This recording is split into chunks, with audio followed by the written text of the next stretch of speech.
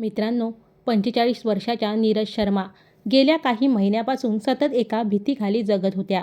कधी रात्रीच्या अंधारात त्यांच्या घरावर दगडफेक केली जायची, तर कधी तोंड बांधलेले काही अनोळखी तरुण त्यांच्या घराभोवती घिरट्या घालताना दिसायचे. प्रत्येक जाणाऱ्या दिवसासोबतच नीरज यांच्या मनातील भीती वाढत चालली होती. त्यांना सतत असं वाटायचं की कोणीतरी त्यांच्यावर पाळत ठेवून आहे. ही भीती इतकी वाढली की त्यांनी घरातून बाहेर पडणंच बंद केलं. रोजच्या गरजेचं सामानसुद्धा त्या ऑनलाईन मागवू लागल्या. पण त्यांची ही भीती विनाकारण नव्हती.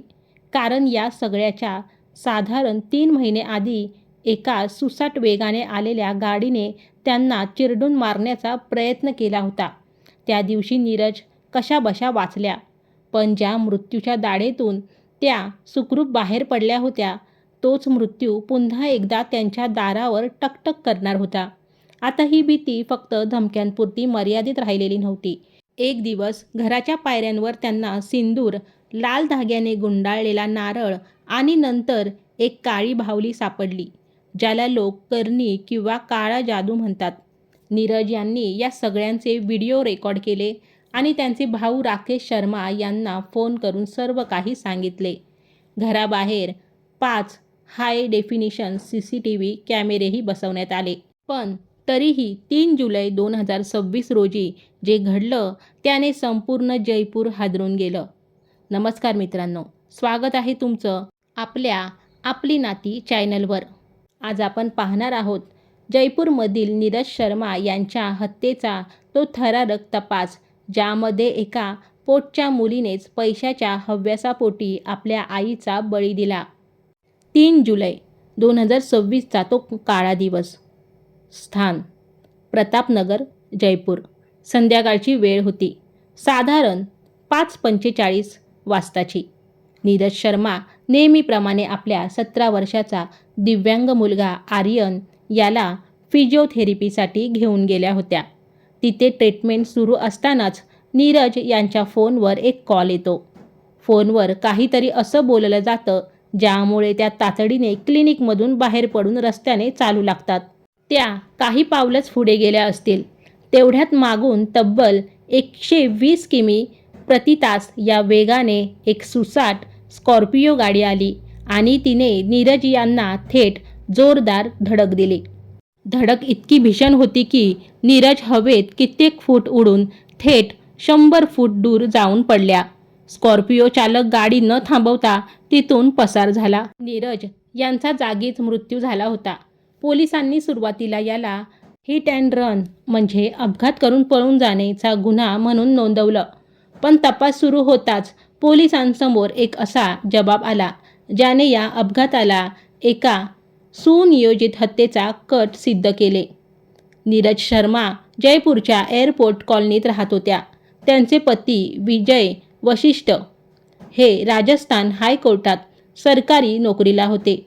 घरात 24 वर्षाची मुलगी आयुषी, जी LLB म्हणजेच कायद्याचे शिक्षण घेत होती, आणि 17 वर्षाचा मुलगा आर्यन होता. कुटुंब सुखी होतं. कोट्यावधीची मालमत्ता होती. पण डिसेंबर 2024मध्ये विजय शर्मा यांना ब्रेन हॅमरेज झाला आणि ते अंथरुणाला खिळले. इथूनच या घरात वादाची ठिणगी पडली.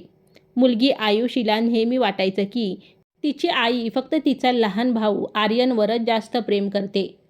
बालमानसशास्त्रांमध्ये याला परसिव्हड पॅरेंटल फेव्हरेटिझम म्हणतात, जिथे एका मुलाला वाटतं की दुसऱ्या भावंडाला जास्त महत्त्व दिलं जातंय. याच गैरसमजातून आयुषीच्या मनात आईबद्दल प्रचंड द्वेष निर्माण झाला. एक दिवस आयुषीने आईला काहीही न सांगता आपल्या चुलत भावाच्या गाडीत वडिलांना बसवून खाजगी हॉस्पिटलमध्ये नेण्याच्या नावाखाली गायब केले. कित्येक महिने वडिलांना कुठे ठेवले हे तिने आईला सांगितले नाही.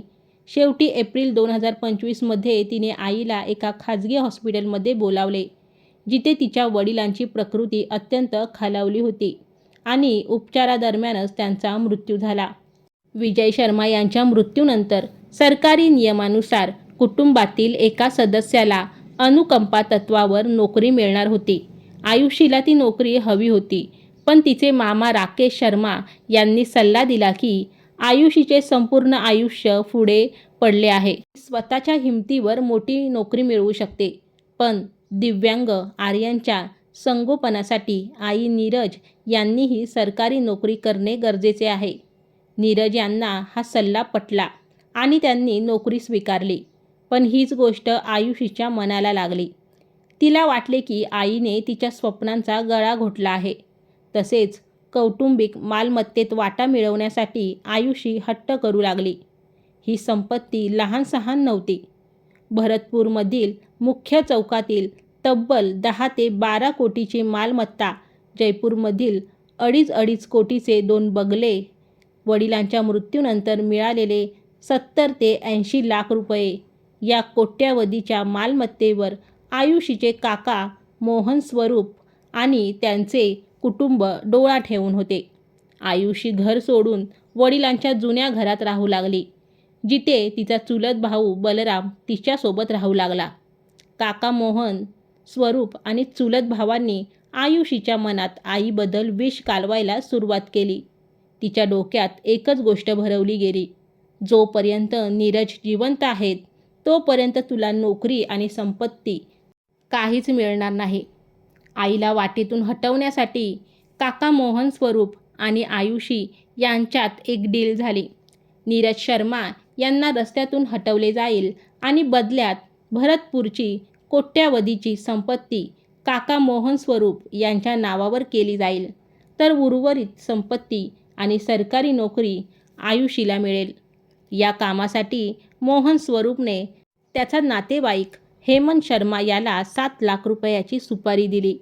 हेमंतने पुढे 3 शूटर भाड्याने घेतले.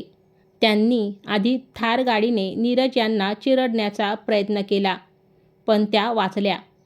त्यानंतर नीरज यांना घराबाहेर काढण्यासाठी घरात लिंबू, मिरची, सिंदूर, काळी बाहुली आणि जळलेले कपडे टाकून घाबरवण्याचा प्रयत्न सुरू झाला, जेणेकरून त्या भीतीने एखाद्या बाबा किंवा तांत्रिकाकडे जातील आणि घराबाहेर पडतील.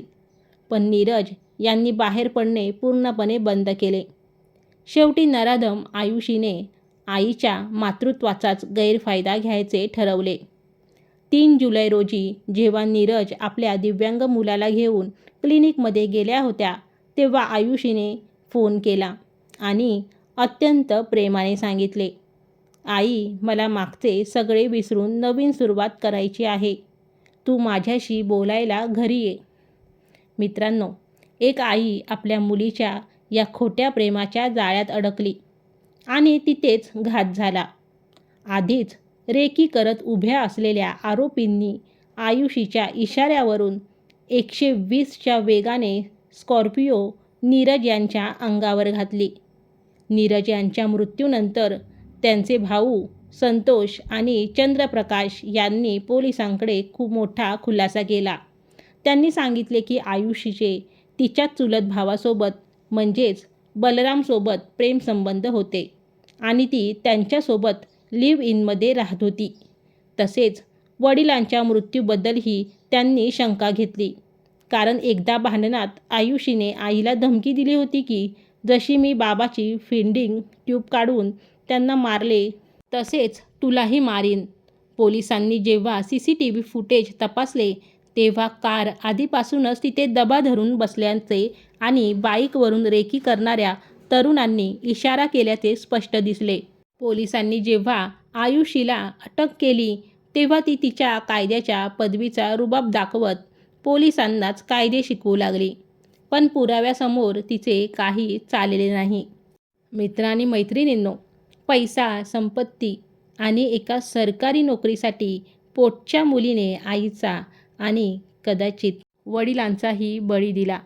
ज्या आईने आयुष्यभर आपल्या मुलांसाठी स्वतःला झिजवलं, तिलाच तिच्या मुलीने रस्त्यावर निष्पापपणे मारून टाकले. या घटनेने समाजमन सुन्न करून टाकले आहे. आज तो 17 वर्षाचा दिव्यांग मुलगा आर्यन पूर्णपणे अनाथ झाला आहे, ज्याची संपूर्ण दुनिया त्याची आई होती.